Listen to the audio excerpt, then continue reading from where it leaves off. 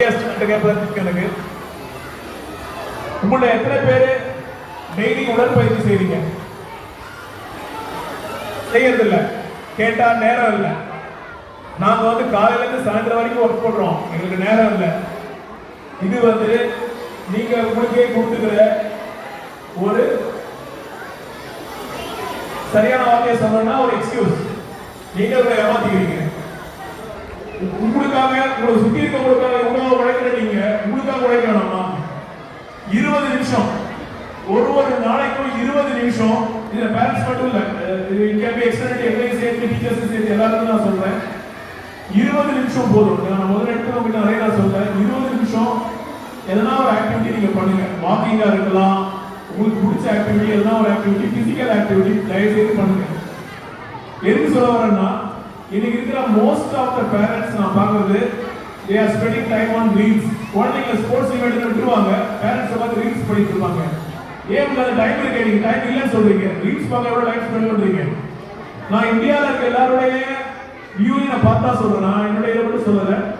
உலகம் ஃபுல்லா இந்த ரீல்ஸ் போக ரொம்ப அதிகமாக ஆட்கள் இருக்கு. எல்லாருமே அதை பார்த்துட்டே இருக்கீங்க. கூட பேசுறவங்க சில பேர் மொபைல்ல ரீல்ஸ் பார்த்துட்டு இருக்கீங்க. ரைட்?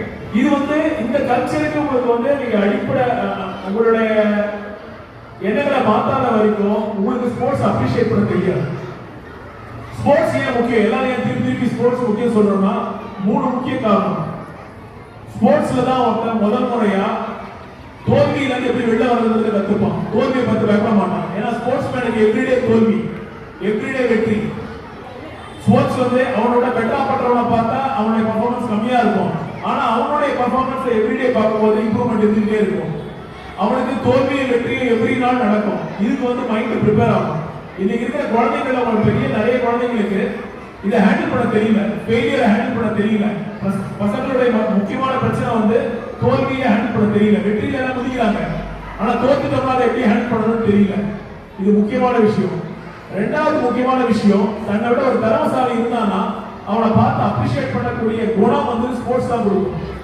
ஸ்போர்ட்ஸ்ல ஒரு ஸ்போர்ட்ஸ் மேன் ஜெயிச்சானா அவன் தன்னுடைய ஜெயிச்சு வெற்றி மாதிரி பார்ப்பான். ஏன்னா அது உழைச்சவனுக்கு தான் தெரியும் அதனுடைய வலி. என்னை விட அதிகமா உழைச்சிருக்கான், அவன் என்னை விட அதிகமா மேல வரதுக்கான வெற்றியை தொடர்றதுக்கான உரிமை அவனுக்கு இருக்கு. எப்படிங்கிறத நீங்க புரிஞ்சுப்பீங்க. ஸ்போர்ட்ஸ்ல மட்டும்தான் ஒருத்தன் ஜெயிச்சானா அவனுக்கு ரெக்கமெண்டேஷன் ஜெயிச்சிட்டான், அவன் ஏமாத்தி ஜெயிச்சிட்டான், இந்த மாதிரி எந்த விதமான குற்றமும் இருக்காது. ஏன்னா ரன்னிங்ல ஓடுறவங்க ஓடி ஜெயிக்கலாம், எல்லாரும் கண்கூட பார்க்க போறாங்க. இதுல இந்த பயாஸ் இருக்காது, அந்த வண்ணப்பு சில வேலை இருக்காது. இவன் இதனால ஜெயிச்சிட்டான், இவன் இந்த கம்யூனிட்டி, இவன் இந்த மதம் சார்ந்தவன், இதனால ஜெயிச்சிட்டான் அப்படிங்கிற ஒரு கலர் இருக்காது. இந்த 3 தான் குழந்தைகளுக்கான அடிப்படை. இதை கத்துக்கிட்ட ஆரம்பிச்சிட்டாங்க, குழந்தைகளுடைய இம்ப்ரூவ்மெண்ட் ரொம்ப நல்லா இருக்கும். பேரண்ட்ஸ் கிட்ட என்னுடைய மறுபடியும் ரெக்வஸ்ட் தான், நீங்க பசங்க கிட்ட ஒரு பெட்டர் பர்ஃபார்மன்ஸோ எதிர்பார்க்கறதுக்கு முன்னாடி தயவுசெய்து நீங்க அந்த டைம் ஸ்பெண்ட் பண்ணுங்க. 20 நிமிஷம் உங்களால உங்களுடைய உடம்பு கொடுக்க முடியும்னா நீங்க குழந்தைங்க கிட்ட கேட்கறதுக்கான தார்மீக உரிமை உங்ககிட்ட இல்லை. சரியா? நீங்க நாளைக்கு குழந்தைங்க கிட்ட உங்க ஸ்போர்ட்ஸ்ல நீங்க வரல, ஸ்போர்ட்ஸ்ல உங்களோட ரிசல்ட் வராது. ஸ்போர்ட்ஸ் ஒரு நாள் கொஞ்சம் கொஞ்சமா சின்னதா தான் இம்ப்ரூவ்மெண்ட் வரும். நீங்க என்னைக்கு எதிர்பார்ப்புகள் எல்லாமே குழந்தைகிட்ட திணிக்காதீங்க. அதுக்கு முன்னாடி நீங்க உங்களை மாத்திக்க ஆரம்பிங்க. அப்பதான் அவங்களுக்கு புரியும். நீங்க 20 நிமிஷம் செலவு பண்ணிட்டு அந்த எஃபர்ட் நீங்க போடும்போது தான் என் குழந்தை போடுற எஃபர்ட் எவ்வளவு இருக்குன்றது தெரிய ஆரம்பிக்கும். நன்றி.